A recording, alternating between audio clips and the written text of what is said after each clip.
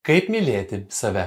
Jau užkniso mane ta frazė, tai paaiškinsiu pagaliau paprastai. Tai ne brangus kremas ir ne spa, tai ne šilko apatiniai, tai tikras kokybiškas laikas sau, kai protas ir jausmai ramybėje. Gali prasidėti brangiausiam džekuzį su masažais, bet jei ten visą laiką galvoje tau sukasi mintis apie darbą, skolas, tu niekaip nepailsėsi per vieną savaitgalį. Bet yra paprasti kasdieniai ritualai. Seniau arbatą aš išrydavau, nepajusdavau net ką ten geriu. Tiesiog pildavau į save tą arbatą ir viskas. Mintis nerimastingos apie problemas, apie ką darysiu toliau, net skonio nepajausdavau. Nes juk čia reikia laiko. Išgėriau, iššoviau arbatėlės ir bėgu užkariauti pasaulį. O galima juk be minčių atsigerti tiesiog arbatos. Kaip ten japonai su savo ikigai, arba indai su dao ar kokia tantra. Gerų dalykų jie turi ten. Ramybėje atsigeria savo arbatėlę ten ar dar kažką ir tada 5 kart kokybiškiau ramiai eina ne kovoti už išlikimą, o tiesiog gyventi. Ir aišku, tu galvoji, lengva čia tau pezėti apie japonus, indus, kai neturi vaikų, neturi važiuoti į ofisą ar kokią fūrą vairuoti. Oi, visai čia ne apie tai.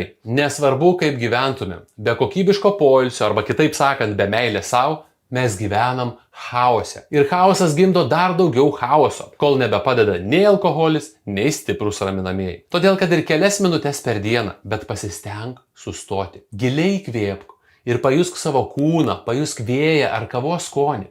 Pajusk tai, ką būtent dabar darai. Tam nereikia jokių pinigų. Išeik iš savo galvos, susitelk į aplinką aplink tave. Nereikia sudėtingų meditacinių technikų. Tiesiog leisk savo trumpam pabūti čia ir dabar. Tai bus kur kas daugiau meilės savo, negu nusitašymas naktinėme klube, ar pačios brangiausios atostogos, kur bus dar daugiau lėkimo, o ne ramybės laiko ir sustojimo. Parašyk man komentaruose, kaip tau pavyksta mylėti save ir kokie ritualai tau padeda sustoti.